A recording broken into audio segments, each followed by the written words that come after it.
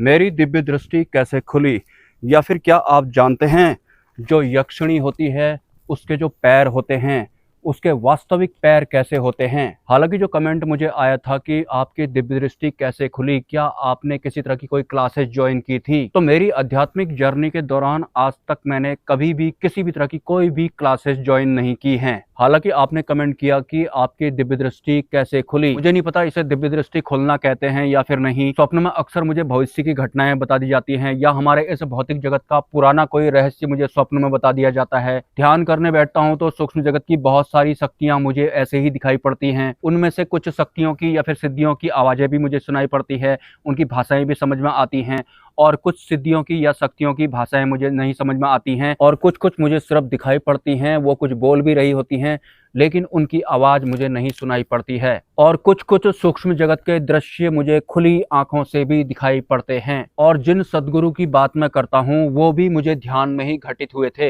एक पर्टिकुलर विधि फॉलो करने के बाद मुझे ध्यान में सदगुरु मिले थे, और उस विधि को मैं अपने किसी एक वीडियो में रिवील भी कर चुका हूँ। ग्लैंड में रब करने के बाद कुछ करना होता था, वो आप वीडियो देख लेना। और ऐसा बिल्कुल भी नहीं होता कि जो विधि मैंने फॉलो की है अगर मेरे अलावा कोई अन्य साधक फॉलो करता है तो सेम अनुभव या फिर अनुभूति उसे भी घटित होगी। तो दूसरे के अनुभवों की कल्पना किसी भी साधक को नहीं करनी होती है। आपको बस सहजता के साथ अपनी साधना में बने रहना होता है, भले ही आप मंत्र जप करते हो या फिर ध्यान करते हो या फिर सिर्फ नाद श्रवण करते हो। और हाँ, एक बात और है, जो सदगुरु होते हैं या फिर सूक्ष्म जगत की जो अन्य व्यवस्थाएं होती हैं उनका मात्र एक शब्द या फिर ध्यान में दिखाई पड़ने वाले किसी एक दृश्य का विस्तार ही मेरे वीडियोज होते हैं। मतलब अंतरिम यात्रा के दौरान किसी भी शब्द या फिर किसी भी दृश्य को मेरा अंतकण जिस हिसाब से ग्रहण करता है उसके बाद मैं उसका विस्तार करके एक वीडियो बना देता हूं जो कि आप लोगों को सही लगते हैं, आई गेस सही लगते हैं। और अगर बहुत सारे साधकों से वो मैच कर रहे हैं तो इसका मतलब ये है कि मैं सही दिशा में जा रहा हूँ। मुझे नहीं पता कि इसे दिव्य दृष्टि खुलना कहते हैं या फिर कुछ और कहते हैं। टोटल मिलाकर मैं जो भी हूँ आपको वीडियो में देखने को मिलता होगा। हाँ, बहुत सारे सूक्ष्म जगत के जो रहस्य होते हैं या फिर जो मंत्र होते हैं या फिर कुछ विधियां होती हैं वो मुझे गुप्त रखनी पड़ती हैं, क्योंकि अंतरिम यात्रा के दौरान मेरे मन में ऐसे विचार आते हैं या फिर मुझे ऐसे संकेत मिलते हैं कि तुम्हें पब्लिकली ये चीजें नहीं बतानी है, इन तथ्यों को तुम्हें गुप्त रखना है। तो फिर मैं अपने कुछ अनुभवों को तोड़ मरोड़ के पेश कर देता हूँ, बनवारी लाल को बीच में ले आता हूँ। और हाँ, एक बात और रिपीट कर देता हूँ, अंतरिम जागृति होने से पहले आध्यात्मिक जागृति होना बहुत ज्यादा जरूरी है। आध्यात्मिक जागृति के लक्षण होते हैं कि आपको आप और दूसरे इंसान एक जैसे लगेंगे, दूसरे पशु पक्षी पेड़ पौधे या फिर आप अपने आप में कोई फर्क नहीं समझेंगे। मतलब अगर आप अभी भी मैं और मेरा तक सीमित हैं तो आपकी आध्यात्मिक जागृति नहीं हुई है। और अंतरिम जागृति का अब सबसे बड़ा या फिर ठोस लक्षण मैं आपको बता देता हूं। अंतरिम जागृति अगर आपकी हो जाएगी तो आप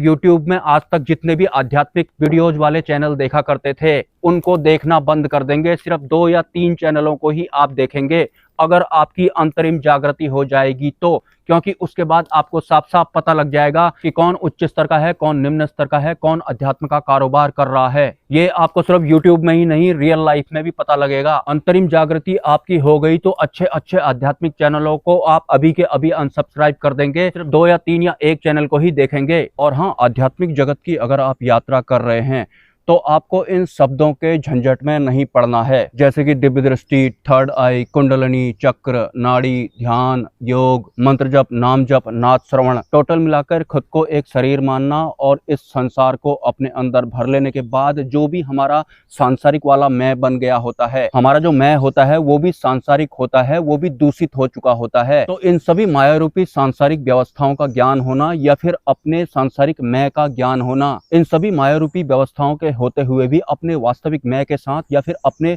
वास्तविक शून्य वाली अवस्था के साथ हमें अपनी आध्यात्मिक यात्रा में अग्रसर होना होता है। और इन सभी आध्यात्मिक शब्दों का इस्तेमाल या फिर इन विधियों का इस्तेमाल करके हमें इस माया रूपी संसार से ऊपर उठना होता है या फिर माया रूपी इस शरीर से भी ऊपर उठना होता है। तब जाकर हमारा सूक्ष्म तत्व जागृत होता है या फिर हम सूक्ष्म जगत की व्यवस्थाओं के अनुकूल हो जाते हैं। तो वक्त रहते ही हमारी आध्यात्मिक जागृति या फिर अंतरिम जागृति शुरू हो जानी चाहिए, अदरवाइज माया के डंडे खाने के बाद ऐसा होता है। जो इंसान वक्त रहते संसार से या फिर शरीर से ऊपर नहीं उठ पाता है तो जो माया होती है वो उस इंसान साधक भक्त को एक दिन ऐसे डंडे पेलती है कि ऑटोमेटिक वो अध्यात्म के रास्ते पर चलना शुरू हो जाता है। लेकिन आध्यात्मिक यात्रा के दौरान भी इंसान जो होता है भौतिक जगत को ही साथ में लेकर चलता है, जबकि भौतिक जगत एक अलग व्यवस्था है और आध्यात्मिक जगत या फिर सूक्ष्म जगत, उसके पीक की बात कर रहा हूँ, वो एक अलग व्यवस्था है। एनीवेज, अब बात करते हैं जो यक्षिणी होती है उसके असली स्वरूप की। अगर आप यक्षिणी की साधना करते हैं या फिर आपने यक्षिणी अगर सिद्ध भी की हुई है, लेकिन आपको उसका असली स्वरूप अभी तक नहीं पता होगा। हो सकता है बहुत सारे कम साधक जानते होंगे जिनको यक्षिणी के ओरिजिनल स्वरूप के बारे में पता होगा। वैसे तो यक्षिणी एक बहुत उच्च स्तरीय और पावरफुल शक्ति या फिर सिद्धि होती है, और अगर आप मेल हैं, यक्षिणी को आपने मित्र के रूप में या फिर पत्नी के रूप में सिद्ध किया हुआ है, उसका जो शरीर होता है वो एक सुंदर स्त्री की तरह होता है। सुरती में अप्सरा के लेवल की ही यक्षिणी भी हुआ करती है, मतलब एक सुंदर स्त्री जिसके पास बहुत सारी दैवी शक्तियां होती हैं, उसे आप यक्षिणी बोल सकते हैं। और यक्षिणी जो होती है वो रूप बदलने में भी माहिर होती है। कभी कभी जो अगर आप मेल हैं तो फीमेल स्वरूप में आपको दिखेगी, और अगर आप फीमेल हैं तो मेल स्वरूप में वो आपको दिखेगी, और एक आम साधक तो पहचान भी नहीं सकता। मतलब मेल को जैसा चाहिए वो उसके साथ उस तरह का व्यवहार करेगी, और फीमेल को जैसा चाहिए वो उसके साथ उस तरह का व्यवहार करेगी। लेकिन वास्तव में यक्षिणी का जो बॉडी होता है, जो उनका पूरा फिजिकल बॉडी होता है या फिर जो उनका स्वरूप होता है, वो सर से लेकर यहाँ तक तो पूर्ण स्त्री का होता है, अगर स्त्री स्वरूप में आपको दिखाई पड़ रही है। लेकिन यहाँ से लेकर नीचे को उसके जो पैर होते हैं काले बालों वाले होते हैं, और इंसानों की तरह भी नहीं होते हैं। किसी दूसरे लोग के जो जीव होते हैं वो पैर कुछ इस तरह के होते हैं, हम इंसानों की तरह यक्षिणी के पैर नहीं होते हैं। यहाँ से ऊपर को तो वो एक सुंदर स्त्री होती है, लेकिन यहाँ से नीचे को जो उसके पैर होते हैं, जो पंजे होते हैं, वो किसी पशु पक्षी जैसे होते हैं, काले होते हैं और बालों वाले भी होते हैं। तो हमारा जो ये ब्रह्मांड है इसमें कई तरह के जीव सर्वाइव करते हैं। बहुत सारे जो जीव होते हैं वो मायावी होते हैं। प्राचीन सभ्यताओं में भी आप देखेंगे तो वहां आपको अलग ही हिसाब के जीव दिखाई पड़ेंगे। किसी का मुंह शेर जैसा होता है तो बाकी का शरीर उनका इंसान जैसा होता है। किसी के पैर किसी अन्य तरह के पशु के होते हैं, बाकी का हिस्सा उनका किसी और ही जीव की तरह होता है। तो और सूक्ष्म जगत में कुछ ऐसे शरीर भी होते हैं जिनका एक हाथ तो आपको बंदर जैसा दिखाई पड़ेगा, दूसरा हाथ इंसान जैसा होगा या फिर किसी अन्य पशु जैसा होगा। लेकिन जिस इंसान या साधक के अंदर भय बिल्कुल भी नहीं होता है, वो भय के ऊपर जीत प्राप्त कर लेता है और उसने यक्षिणी सिद्ध की होती है, तो यक्षिणी उसके बाद उसे अपना ओरिजिनल स्वरूप भी दिखाती है। मतलब मैंने पैरों वाला जो बताया था, मतलब यहाँ से नीचे को उसके पैर काले बालों वाले होते हैं और पंजे जैसे होते हैं किसी पशु पक्षी के।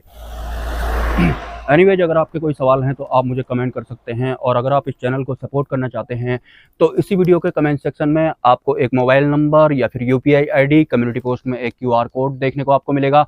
स्वेच्छा से आप उसमें सपोर्ट कर सकते हैं। और इस चैनल से जुड़े सभी दर्शकों को धनतेरस की हार्दिक शुभकामनाएं। मिलते हैं नेक्स्ट वीडियो में। ब्रह्मा, विष्णु, महेश, जय मां पराशक्ति।